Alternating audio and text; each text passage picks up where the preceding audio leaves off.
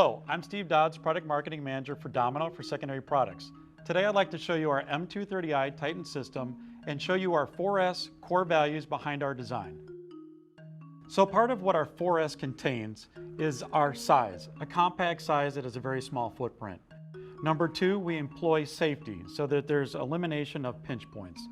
Number 3, simplicity of design, where we incorporate a very easy user interface. And number 4, smarts and intelligence built in to make the machine run error-free. Compact size of the machine is really important when you're on the line because there's not a lot of extra space, but we don't compromise capacity.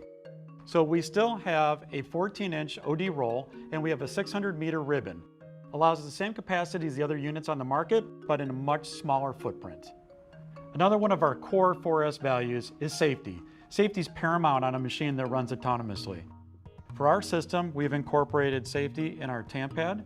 Any kind of collision detection, operator's hand or anything else will stop the machine from running, as well as a removal of a cover or an opening of the nip lever.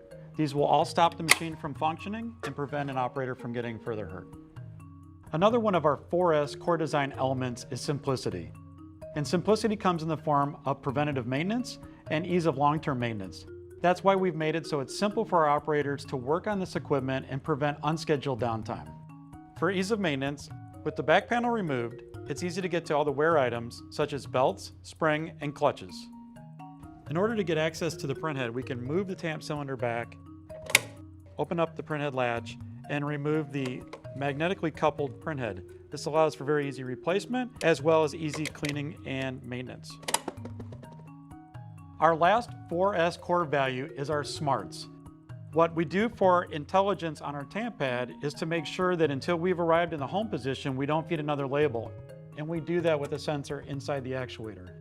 We also incorporate an air pressure sensor that tells us if the air pressure is too low, so we don't try to extend the arm and have a potential collision with a product.